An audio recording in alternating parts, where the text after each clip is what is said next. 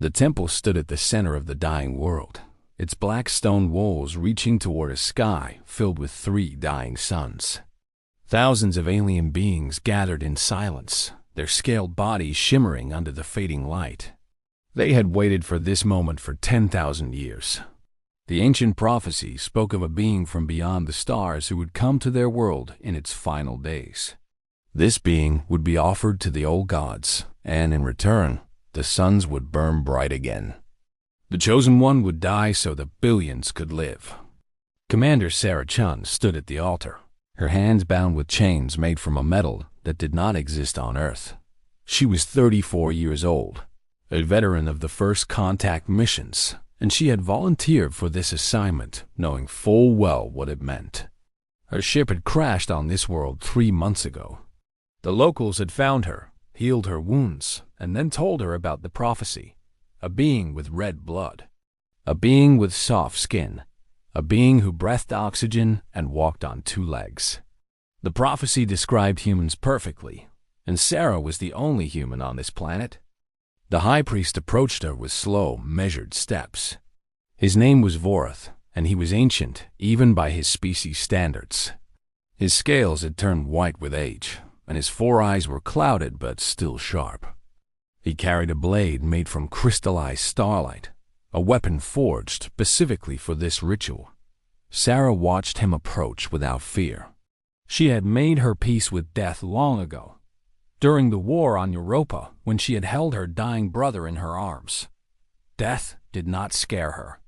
What scared her was the thought of doing nothing while a civilization died.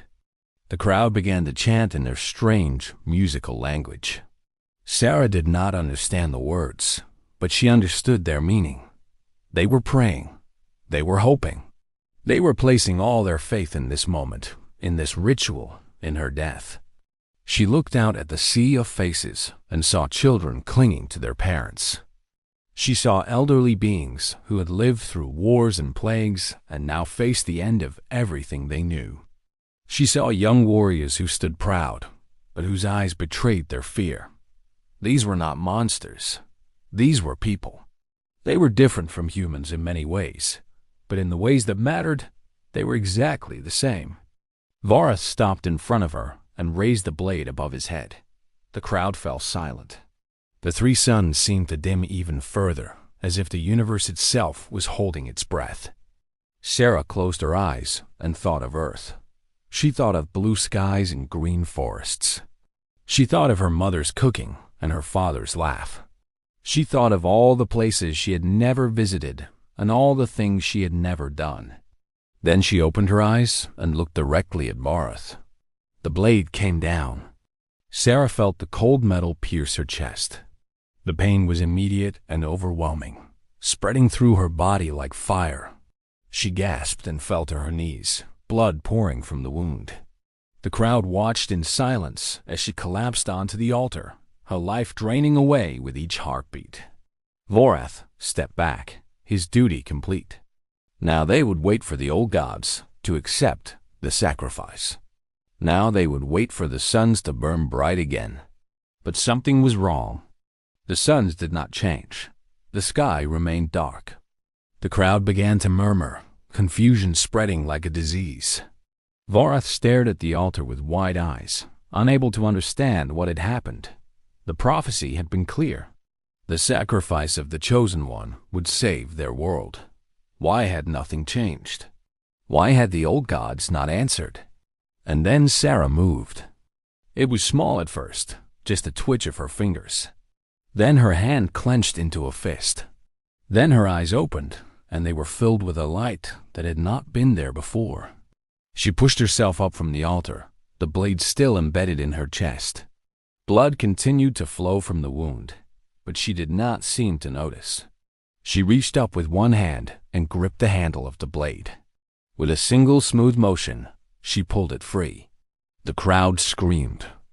Sarah stood there, covered in her own blood, holding the crystallized starlight blade in her hand. The wound in her chest was already closing, the flesh knitting itself back together before their eyes. Within seconds, there was no sign that she had ever been injured. She looked down at her hands, at the blood that covered them, and then she looked up at Varth. The high priest fell to his knees. His mouth moved, but no sound came out. He had performed thousands of rituals in his lifetime. He had seen beings die on this altar. He had never seen anyone survive. Sarah dropped the blade and stepped forward. The crowd parted before her like water, none of them daring to stand in her path. She walked through the temple, leaving bloody footprints on the ancient stone floor. Her mind was racing, trying to understand what had happened. She had felt the blade pierce her heart. She had felt herself dying. And yet, here she was, alive and whole.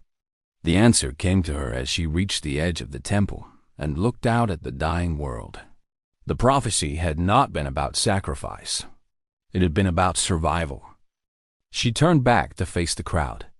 Thousands of alien faces stared at her with a mixture of fear and hope. Varath had risen to his feet and was walking toward her, his 4 eyes filled with tears. Sarah spoke, and somehow her words were translated into their language. She did not know how this was possible, but she accepted it without question. There were greater forces at work here, forces beyond her understanding. She told them that the old gods had not abandoned them. She told them that the prophecy had been misunderstood for 10,000 years. It did not call for a sacrifice that died. It called for a sacrifice that lived. The chosen one was not meant to give their life. They were meant to prove that life could not be taken from them. They were meant to show that death was not the end. As she spoke, the suns began to change. The crowd gasped and pointed at the sky. The dying stars were growing brighter, their light shifting from the dull red of decay to the brilliant gold of rebirth. Heat began to spread across the frozen world. Ice that had covered the land for centuries started to melt. Rivers that had been solid for generations began to flow again. Sarah watched the transformation with wonder. She did not understand the science behind it. She did not understand the magic or the prophecy or the old gods. But she understood one thing. Humans were different from other species in ways that even they did not fully comprehend. They were resilient. They were stubborn. They refused to stay dead when the universe wanted them gone. Varth knelt before her, his ancient body trembling with emotion. He spoke in his own language, but Sarah understood every word. He was thanking her.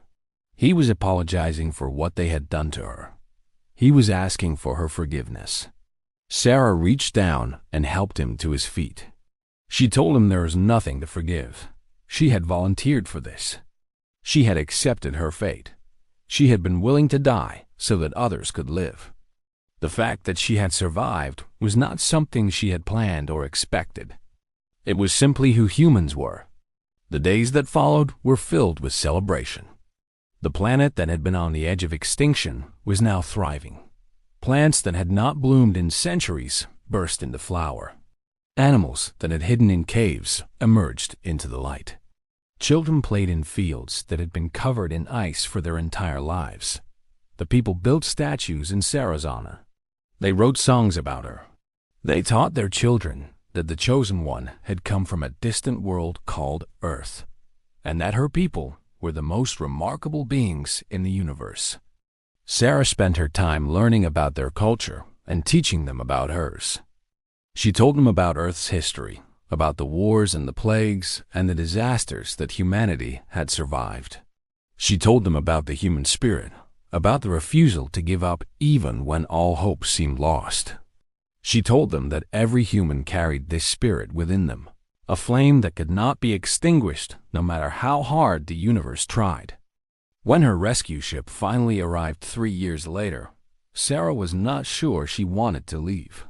She had found a home here, among people who had tried to kill her and had ended up loving her. But she knew her duty. She was a commander in Earth's fleet, and there were other worlds that needed her. Other civilizations that were facing extinction.